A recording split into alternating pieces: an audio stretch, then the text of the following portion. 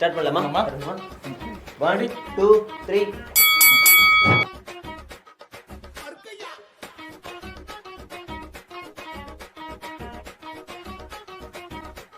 இந்த மேலிடம் கடைசி வரைக்கும் மிச்சர் தின்னுட்டு எந்திரிச்சு வெளியில போயிருச்சு. சண்டையை தடுக்கவும் இல்லை, ஒன்றும் கேட்கல. ഞാൻ സിനിമാവിൽ നടിക്കും, പക്ഷേ മക്കൾക്ക് വേല ചെയ്യും, പക്ഷേ എൻ്റെ ഫാമിലിയോട് ടൈം സ്പെൻഡ് ചെയ്യും. இது மதியല്ലേ? இந்த அமைச்சர் பொறுப்பு எல்லாம் எனக்கு வேண்டாம். சீனியர் சொல்றத கேட்கணும், சீனியரை மதிக்கணும், சீனியரை வணங்கணும், சீனியருக்கு காலில் கும்பிடணும். என்ன இது புரியல எனக்கு. அவருக்கு ஆசை இருக்கலாம், ஆனால் பேராசை இருக்கக்கூடாது.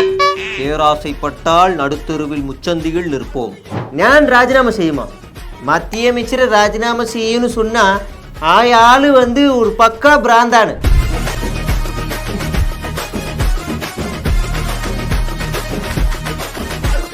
ஸ்டார்ட் பண்ணலாமா?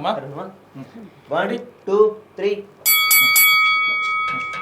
இந்த தம்பி தான் எல்லாத்துக்கும் காரணம். இந்த தம்பி தான். இந்த தம்பி மட்டும் சரியா இருந்திருந்தா கட்சி நேரம் நல்லா வளர்ந்துருக்கும்.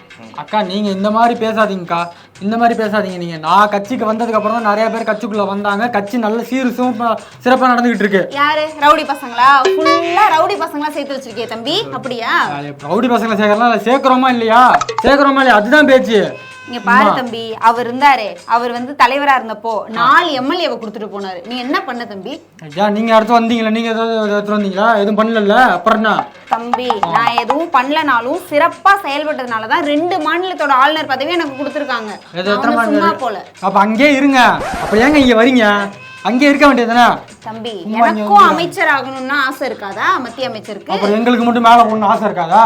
உனக்கும் ஆசை இருக்குன்னா அப்ப நான் சொல்றத செஞ்சு தொலைய வேண்டியதானே? என்னப்பா இந்த கட்சியில ஒரே ரோதனையா இருக்கு. சீனியர் சொல்றத கேட்கணும், சீனியரை மதிக்கணும், சீனியரை வணங்கணும், சீனியருக்கு காலில் கும்பிடணும். என்ன இது புரியல எனக்கு. தம்பி சீனியரை மதிச்சுதான் தம்பி ஆகணும். சீனியருக்கு மரியாதை கொடுக்கணும். நாங்க யார் தெரியும்ல? ஆபீசரு. நாங்க எங்களுக்கும் கொஞ்சம் இது இருக்குங்க. சும்மா எல்லா பேச்செல்லாம் கேட்டுக்கிட்டு இருக்க முடியாது. முதல்ல நான் சொல்றது முதல்ல கேளுவோம். வார் ரூம் முதல்ல கலை. சீனியர் ஜூனியர் பாலிடிக்ஸ் முதல்ல நிப்பாட்டு. எல்லாரும் காலி பண்றதை முதல்ல நிப்பாட்டு. இந்த ரவுடி பசங்களை சேர்க்கறத நிப்பாட்டு. வார் ரூம்லாம் கலைக்க முடியாது. கட்சி எப்போ வேணாலும் ஆஃப் பண்ணிடுறேன். அப்போ இதை வச்சு தான் நான் தப்பிக்க முடியும்.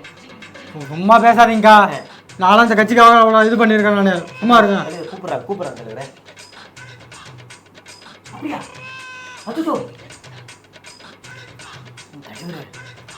உங்க மேல ரிப்போர்ட் அனுப்பியிருக்காங்களாம் கோயிலுக்கு. நீங்க உங்க நடவடிக்கை எப்படி இருக்குன்னு பார்த்து உங்களை பதவியில தூக்க போறாங்களாம். இவங்க பார்த்த வேலை தான் நினைக்கிறேன். சண்டை முதல்ல நீ போட்டு கொடுக்கறத நிப்பாட்டு தம்பி. நான் போட்டு எல்லாம் கொடுக்க மாட்டேன் தம்பி. இவங்க தான் தலைவரே. இவங்க சும்மா இருங்க. நம்ம டெல்லியாவது எங்க நம்ம பேசிப்போம் தலைவரே. வாங்க டெல்லி போறோம், சத்தத்தை போடுறோம், மேல விடுறோம். சும்மா என்ன அந்த அக்கா சும்மா பேசிட்டு இருக்கேன். ஆமா தலைவரே, இவங்க பிரஸ் பத்திரிகையாரங்க வந்திருக்காங்க. ஒரு 4 வார்த்தையை போட்டு வாங்க. வாமா வாங்க வாங்க இருப்பா. இங்க பாருங்க அண்ணா, இங்க நான் பிரஸ் மீட் தர மாட்டேங்கண்ணா. விமான நிலையத்துல பிரஸ் மீட் தர மாட்டேன். பட்டாசுங்க வரைக்கும் போதும். சும்மா எங்க பார்த்தாலும் குளிக்கிற இடத்துக்கும், நிக்கிற இடத்துல, உட்கார இடத்துல, எல்லா இடத்துலயும் பிரஸ் மீட். எதா இருந்தாலும் நீங்க வாங்க, கட்சி ஆஃபீஸுக்கு வாங்க. உங்களுக்கு அழைப்புதல் வரும். அப்ப வாங்க, அங்க நாங்க கொடுக்குறோம். ஆமா வாங்க. சும்மா கூட்டத்திற்கு வந்திருக்கும் அனைவருக்கும் வணக்கம். கூட்டத்தின் உரை ஆரம்பிச்சிடலாமா? இப்போ இந்நாள் தலைவர் செல்வா அவர்கள் பேசுவார். அனைவருக்கும் வணக்கம். இப்போது நடந்து முடிஞ்ச தேர்தல் எல்லாருக்குமே தெரியும். நமக்கு கொடுத்த இடத்துல, கொடுத்த சீட்டில் எல்லா இடத்துலையுமே நம்ம வெற்றி பெற்றிருக்கோம். இது ஒரு பெருமையான விஷயமும் சந்தோஷமான விஷயமும் தான். இருந்தாலும் இது நமக்கு முழுமையான சந்தோஷம் கிடையாது. 100% வெற்றி கிடையாது. 100% வெற்றி என்ன அப்படின்னா, நம்ம எல்லா இடத்துலையும் நம்ம நின்று நம்மளே ஜெயிக்கணும். 40 தொகுதியும் நம்மளே ஜெயிக்கணும். நம்ம கட்சி தனியாக நின்று ஜெயிக்கணும். இதுதான் 100% வெற்றி. ஆமாம். நன்றி.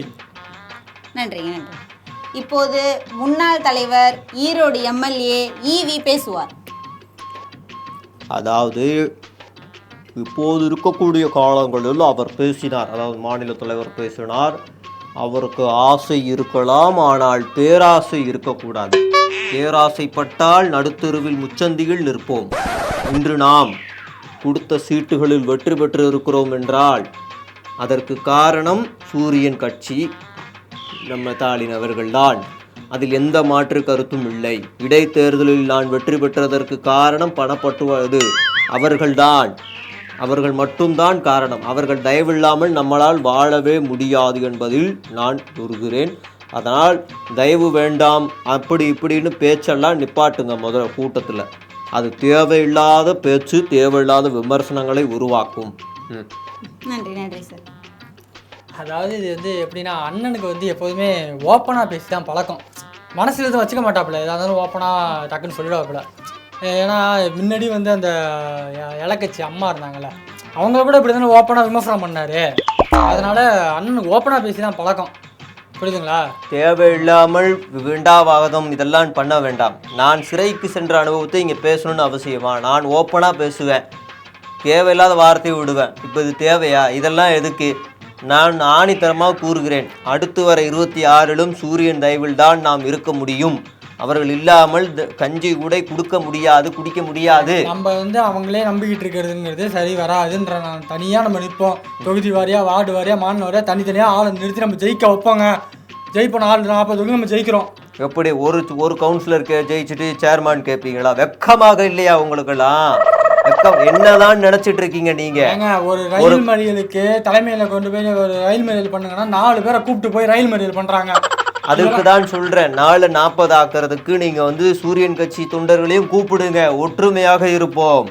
அவர்கள் தயவில்லாமல் நம்மளால் வாழ முடியாது என்பதை மீண்டும் மீண்டும் சொல்லுகிறேன். இது வந்து எனக்கு முழுமையான வெற்றியா தெரியல. நம்ம தனிமையில நின்று நம்ம ஜெயிச்சா மட்டும்தான் நமக்கு முழுமையான வெற்றி. ஒண்ணுமே கிழிக்க முடியும்.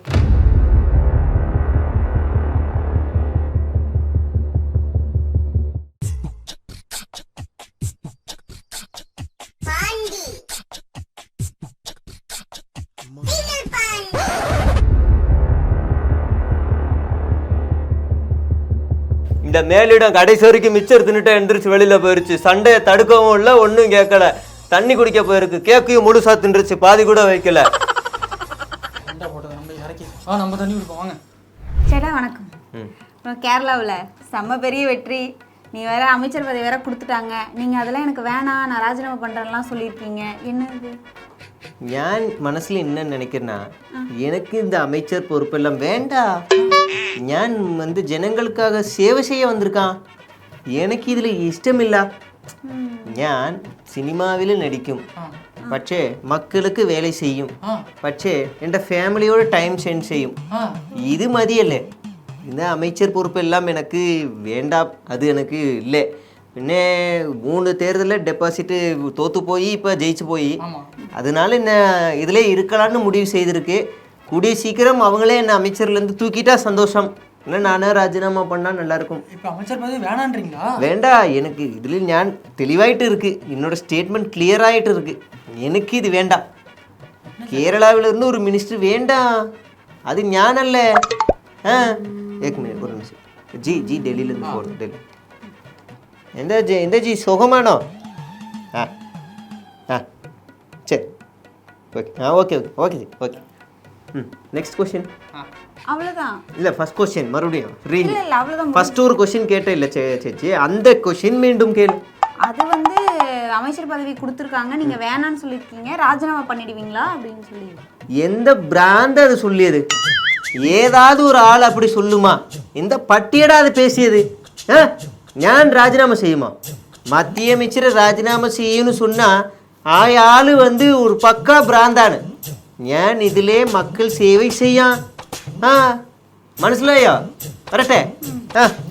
വരട്ടെ?